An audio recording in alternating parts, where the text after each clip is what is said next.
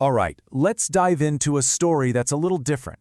Today, we're heading to one of the most magnificent places on Earth to uncover a secret, a story about love, history, and some very, very special residents. So when you think of Topkapı Palace, you're probably picturing sultans, incredible jewels, all this immense power and human drama, right? But what if I told you the true, unbroken line of heirs to that palace? Well, they aren't human at all. Who could have possibly roamed those halls generation after generation without ever leaving? You guessed it, it's the cats. For centuries, the cats of Istanbul have been this constant presence, a living, breathing part of the palace's very soul. So let's get into it. Let's really explore this incredible feline legacy and meet the modern-day royals. You know, every great dynasty has to have a founder, a legend that starts it all. And for the cats of Topkapı, that figure is Mülayim. He was the cat of the palace, the ancestor whose paw prints really set the stage for everyone who came after. And that legacy is alive and well today. This is Sherbet, a direct descendant of Mülayim. She, along with the other cats, walks the very same stone floors. It's a living link to a tradition that's centuries old. Now, this is where their story leads us to something even bigger. Okay, now we're getting to the heart of the mystery. In a place that's just defined by its absolute grandeur, we're going to zoom in on one tiny detail that tells a massive story. So, our journey takes us deep inside the most private, most exclusive part of the palace, the harem. And within the harem, in this one specific area called the Kara ala Kohushu, a remarkable piece of history was just waiting to be rediscovered. I mean, just look at this contrast. It's amazing. On one side, you've got the sheer scale of Topkapı Palace. It's practically a city in itself. And on the other, built right into its ancient walls, is this perfect miniature doorway, designed and constructed with so much care for the palace's smallest, furriest residents.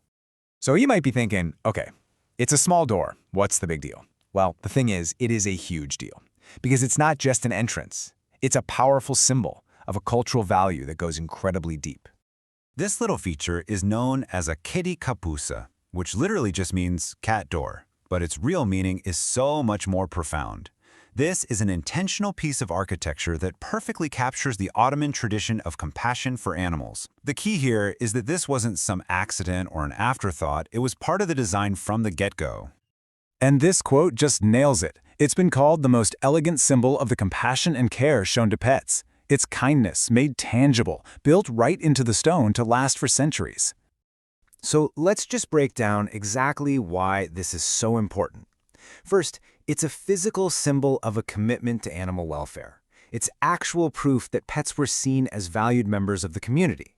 Plus, it's a piece of living history, not just something you read about.